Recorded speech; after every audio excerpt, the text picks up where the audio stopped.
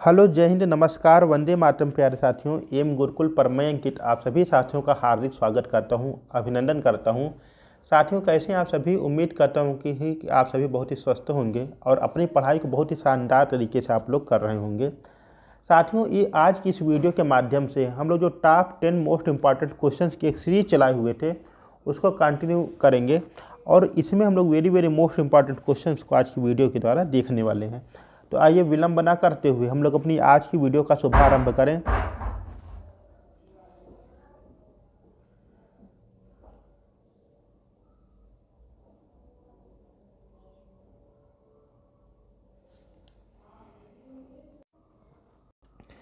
और इसमें आज हम लोग पहला क्वेश्चन देख रहे हैं, आपकी स्क्रीन के ऊपर है।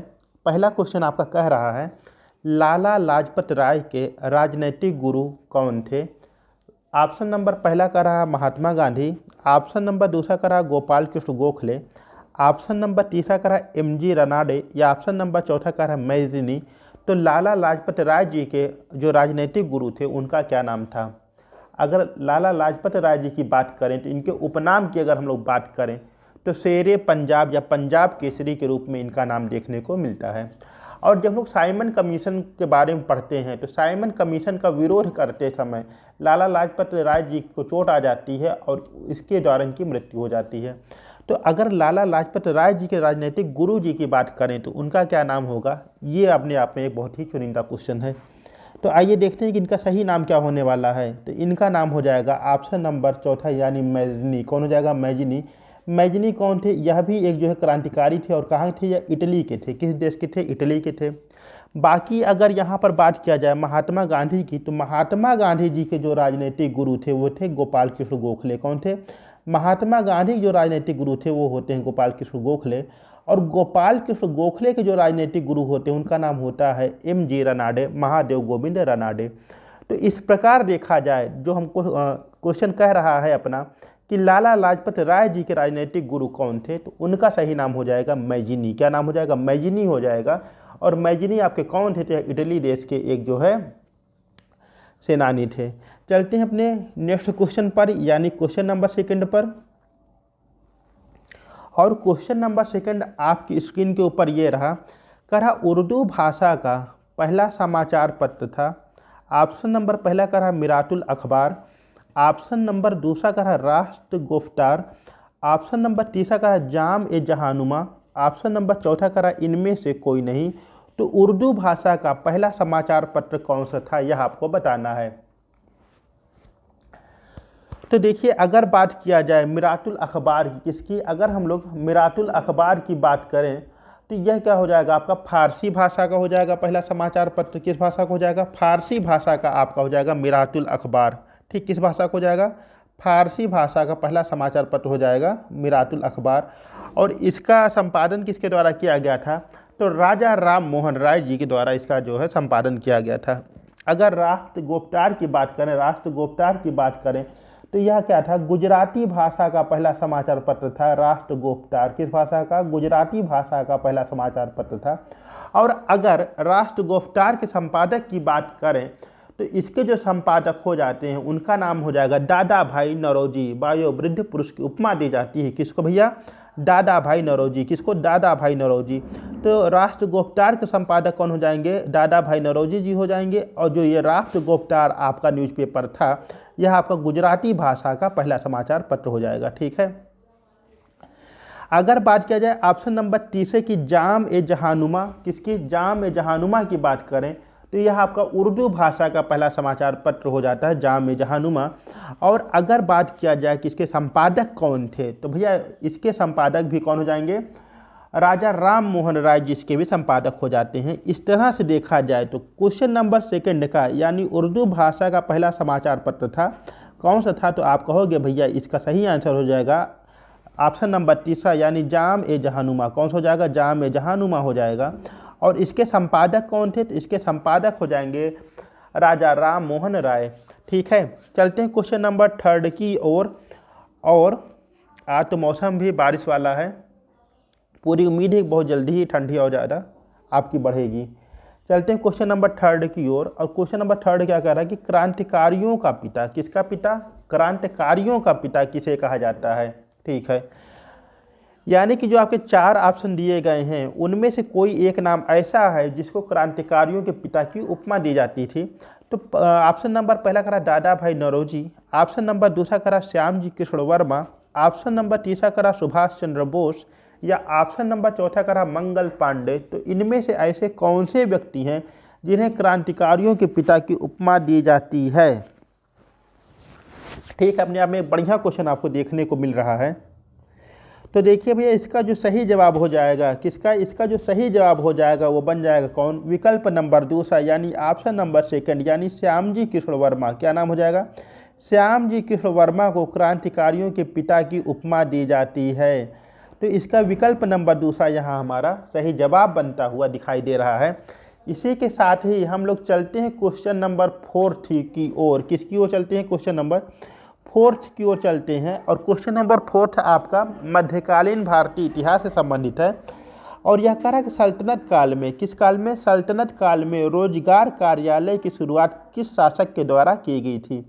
ऑप्शन नंबर पहला करा बलबन, ऑप्शन नंबर दूसरा करा अलाउद्दीन खिलजी, ऑप्शन नंबर तीसरा करा मोहम्मद बिन तुगलक, या ऑप्शन नंबर चौथा करा फिरोज शाह तुगलक। तो निम्नलिखित में से ऐसा एक कौन सा शासक है जिसके शासनकाल में रोजगार कार्यालय की स्थापना की गई थी?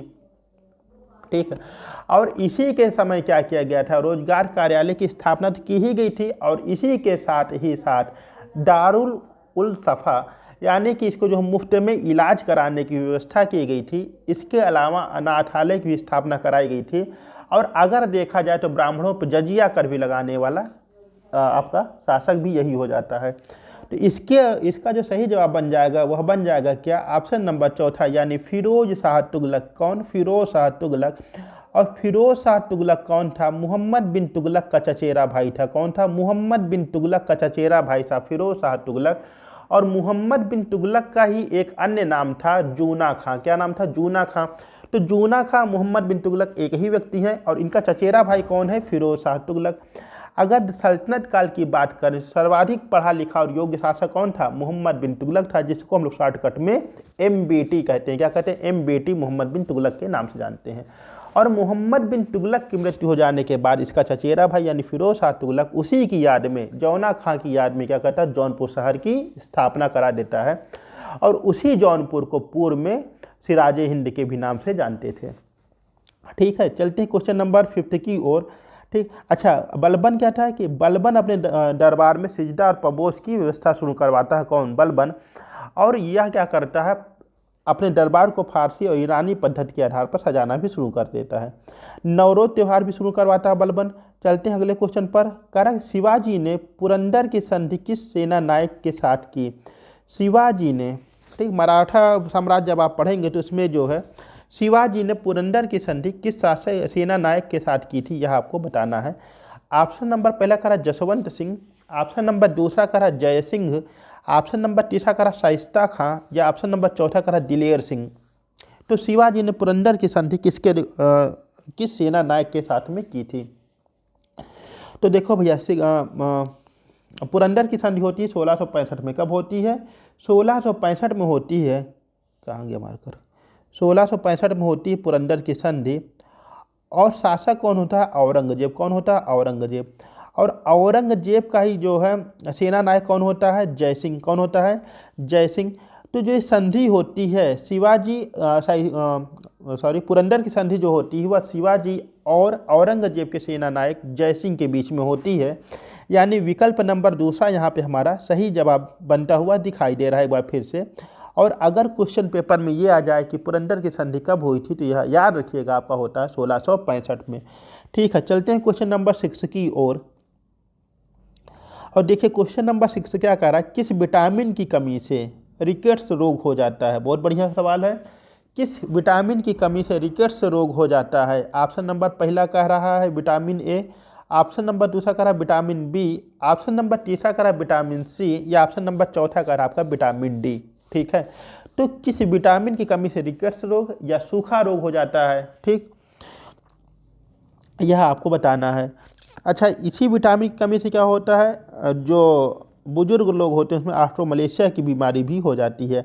तो इसमें से एक बीमारी है जिसमें क्या है कि कमी से आपका रिकेट्स रोग हो जाता है। विटामिन का नाम आपसे पूछा हुआ है। तो अगर विटामिन ए की बात करें, किसकी बात करें, विटामिन ए की बात करें तो रतौंधी हो जाती है। क्या हो जाती है? रतौंधी हो जाती है। शाम के वक्त इनको दिखना बहुत ही कम हो जाता है। विटामिन बी की बात करें तो विटामिन बी की कमी से बेरी बेरी हो जाता है। विटामिन सी की बात करें, विटामिन सी कमी से हो जाता है स्कर्वी। क्या हो जाता है? स्कर्वी हो जाता है। और अगर विटामिन सी की रिच सोर्सेज की बात करें तो इसमें जो आपके साइट्रस फ्रूट्स हो जाते हैं, ये हो जाते हैं, आपके आंवला हो जाते हैं, जैसी चीज़ आपको इसमें देखने को मिलती है। और अगर विटामिन डी की बात करें, किसकी? विटामिन डी की बात करें तो इसकी कमी से हो जाता है आपका रिकेट्स। क्या हो जाता है? रिकेट्स रोग हो जाता है। यानी विकल्प नंबर चौथा हमारा यहाँ पर सही जवाब बनता हुआ दिखाई दे रहा है। ठीक है। अच्छा, अगर क्वेश्चन ये पूछ दे कि विटामिन की खोज किसने की थी, किसकी? विटामिन की खोज किसने की थी, तो वो फंक महोदय के द्वारा किया गया था। किसके द्वारा? फंक के द्वारा किया गया था। एक वैज्ञानिक थे, उनका नाम था फंक। ठीक है। चलते हैं क्वेश्चन नंबर 7 की ओर। कहाँ पर चलते हैं? क्वेश्चन नंबर 7 की ओर चलते हैं। और 7वां क्वेश्चन कह रहा है विश्व एथलेटिक्स डे कब मनाया जाता है? यह आपका भी हाल में संपन्न हुआ। उत्तर प्रदेश का आपका पीसीएस प्री का जो पेपर था उसका क्वेश्चन है। विश्व एथलेटिक्स डे कब मनाया जाता है? ऑप्शन नंबर पहला करा 7 अप्रैल, ऑप्शन नंबर दूसरा करा 5 अप्रैल, ऑप्शन नंबर तीसरा करा 7 मई, या ऑप्शन नंबर चौथा कर रहा है 8 मई। तो इसमें से आपका विश्व एथलेटिक्स डे कब मनाया जाता है यह आपको बताना है। तो देखो भैया, 7 अप्रैल को क्या मनाया जाता है? विश्व स्वास्थ्य दिवस मनाया जाता है। क्या मनाया जाता है? विश्व स्वास्थ्य दिवस मनाया जाता है आपका 7 अप्रैल को। कब मनाया जाता है? 7 अप्रैल को मनाया जाता है विश्व स्वास्थ्य दिवस। और 5 अप्रैल की बात करें, कब? 5 अप्रैल की बात करें तो राष्ट्रीय समुद्री दिवस के रूप में मनाया जाता है 5 अप्रैल को। ठीक है। अगर 7 अप्रैल की बात करें तो विश्व स्वास्थ्य दिवस के रूप में मनाया जाता है। और आपका जो है 8 अप्रैल जो है मनाया जाता है राष्ट्रीय समुद्री दिवस के रूप में। वहीं अगर 8 मई की बात करें तो विश्व रेड क्रॉस डे के रूप में आपका मनाया जाता है 8 मई। तो बचा कौन? विकल्प नंबर तीसरा बचा, यानी 7 मई आपका बचा। और 7 मई यहाँ पे हमारा क्या होगा? सही जवाब बन जाएगा। यानी विश्व एथलेटिक्स डे आपका 7 मई को मनाया जाता है। ठीक है। चलते हैं क्वेश्चन नंबर 8 की ओर। और इसी के साथ ही यदि चैनल पर आप लोग नए हैं, चैनल सब्सक्राइब अवश्य करिएगा और अधिक से अधिक मात्रा में इसको लाइक भी करिएगा। देखिए अगला क्वेश्चन क्या कह रहा है? मधुमेह। ठीक, मधुमेह जिसको हम लोग जो है जनरली बोल देते हैं शुगर की बीमारी, या इसको हम लोग डायबिटीज़ बोल देते हैं। तो कह रहा है मधुमेह बीमारी संबंधित है किससे? ऑप्शन नंबर पहला कह रहा वृक्क यानी किडनी से, ऑप्शन नंबर दूसरा कह रहा पित्ताशय से, ऑप्शन नंबर तीसरा कह रहा लीवर से, या ऑप्शन नंबर चौथा कह रहा अग्न्याशय से।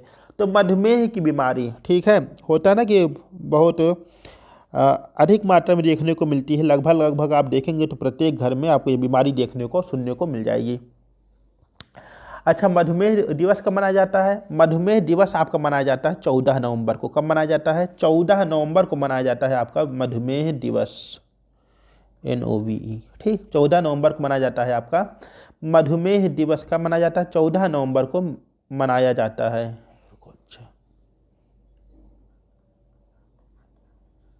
ठीक, तो यह बीमारी कैसे होती है? तो यह बीमारी हो जाती है आपकी, संबंधित हो जाती है अग्न्याशय से। कहाँ संबंधित हो जाती है? अग्न्याशय से संबंधित हो जाती है। जब अग्न्याशय में इंसुलिन का निर्माण की गति धीमी पड़ जाती है तो यह बीमारी आपकी उत्पन्न हो जाती है और रक्त में शर्करा की मात्रा बढ़ने लगती है, शुगर की मात्रा बढ़ने लगती है। इसी बीमारी को हम लोग जनरली क्या बोल देते हैं? शुगर की बीमारी, या डायबिटीज़ की बीमारी बोल देते हैं, या मधुमेह की बीमारी भी इसी को बोला जाता है। मेनली किससे संबंधित हो जाती है? आपकी अग्न्याशय से संबंधित हो जाती है। और अग्न्याशय में क्या होता है? इंसुलिन निर्माण की गति धीमी हो जाती है। अच्छा, इंसुलिन निर्माण की गति धीमी पड़ी तो शरीर पे क्या प्रभाव पड़ा कि रक्त में जो है शुगर की मात्रा, शर्करा की मात्रा बढ़ने लगती है, जिसके परिणाम स्वरूप यह बीमारी आपके सामने देखने को मिलती है। चलते हैं क्वेश्चन नंबर 9 की ओर। कहाँ चलते हैं? क्वेश्चन नंबर 9 की ओर। और कह रहा आयरलैंड की राजधानी है। कहाँ की राजधानी? आयरलैंड की राजधानी है। ऑप्शन नंबर पहला कह रहा ओटावा, ऑप्शन नंबर दूसरा कह रहा है डबलिन, ऑप्शन नंबर तीसरा कह रहा बर्लिन, या ऑप्शन नंबर चौथा कह रहा आदिस अबाबा। तो आयरलैंड की राजधानी क्या होगी यह आपको बताना है। बढ़िया क्वेश्चन है आपका विश्व के भूगोल से। ठीक, तो देखो भैया, ओटावा किसकी हो जाएगी? कनाडा की हो जाएगी आपकी ओटावा। ठीक है। डबलिन किसकी हो जाएगी? डबलिन हो जाएगी आपकी आयरलैंड की। कहाँ की हो जाएगी? डबलिन हो जाएगी आपकी आयरलैंड की राजधानी। बर्लिन हो जाएगी आपकी जर्मनी की राजधानी। आदिस अबाबा की बात करें तो इथोपिया की राजधानी हो जाती है आपकी आदिस अबाबा। कहाँ की? आदिस अबाबा हो जाएगी आपकी इथोपिया की राजधानी। आयरलैंड की राजधानी पूछा था, सीधा से क्या हो गया आपका डबलिन हो गया। ठीक है, चलते हैं क्वेश्चन नंबर 10 की ओर।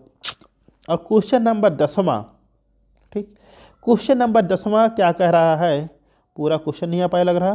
क्वेश्चन नंबर 10वां कह रहा है कि अलकनंदा व पिंडार नदियों के मेल से कौन सा प्रयाग बनता है। ठीक, ऑप्शन नंबर पहला कह रहा है विष्णु प्रयाग, ऑप्शन नंबर दूसरा कह रहा है रुद्र प्रयाग, ऑप्शन नंबर तीसरा कह रहा कर्ण प्रयाग, या ऑप्शन नंबर चौथा कह रहा इनमें से कोई नहीं।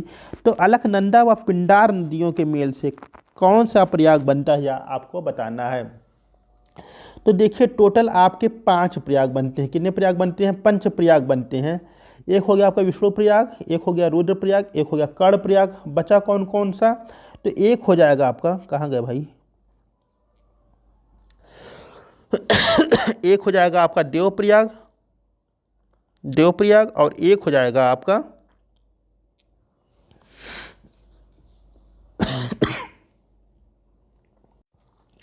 और एक हो जाएगा आपका नंद प्रयाग। कौन सा? नंद प्रयाग, नंद प्रयाग। ठीक, तो एक हो जाएगा विष्णु प्रयाग, एक रुद्र प्रयाग, एक कर्ण प्रयाग, एक देव प्रयाग और एक नंद प्रयाग। ये 5 प्रयाग आपको देखने को मिलते हैं। अच्छा, इसमें एक नदी हो जाएगी आपकी कॉमन नदी, कौन सी? अलकनंदा। ठीक, इसी अलकनंदा में अलग अलग नदियाँ मिलेंगी और अलग अलग प्रयाग बनेंगे। जैसे अगर विष्णु प्रयाग की बात करें, किसकी बात करें? विष्णु प्रयाग की बात करें तो अलकनंदा में, किसमें? अलकनंदा में जब धौली गंगा मिल जाती है तो वहाँ बन जाती है विष्णु प्रयाग। किसमें? अलकनंदा में जब धौली गंगा मिल जाती है तो यहाँ बन जाता है विष्णु प्रयाग। ठीक है, अगर आगे चलते हम लोग रुद्र प्रयाग पर, तो अलकनंदा और अलकनंदा में जब मंदाकिनी नदी मिल जाती है तो वहाँ बन जाता है आपका रुद्र प्रयाग। अलकनंदा कॉमन है, अलकनंदा में जब मिल गई आपकी पिंडार नदी तो बन जाता है कर्ण प्रयाग। अलकनंदा में भागीरथी मिल जाती है, बन जाता है देव प्रयाग। और अलकनंदा में जब नंदाकिनी नदी मिल जाती है तो बन जाता है आपका नंद प्रयाग। ठीक है, विष्णु प्रयाग बनता है आपका अलकनंदा और धौली गंगा के मेल से। रुद्र प्रयाग की बात करें तो अलकनंदा और मंदाकिनी नदी के मिल जाने से रुद्र प्रयाग बनता है। कर्ण प्रयाग की बात करें तो अलकनंदा और पिंडार नदियों के मेल से बन जाता है कर्ण प्रयाग। देव प्रयाग की बात करें तो अलकनंदा और आपकी जो है भागीरथी मिलती है तो बन जाता है आपका देव प्रयाग।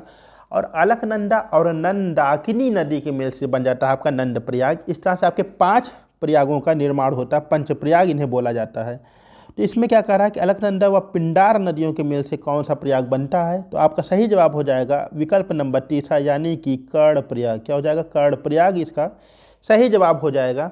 इस तरह से साथियों आज हम लोग इस वीडियो के द्वारा वेरी मोस्ट इम्पॉर्टेंट जो क्वेश्चन थे उनको हम लोग देखने का प्रयास किए हैं। उम्मीद करता हूँ कि वीडियो आप सभी को पसंद आई होगी और आप लोग चैनल पर नए होंगे सब्सक्राइब भी अवश्य करेंगे।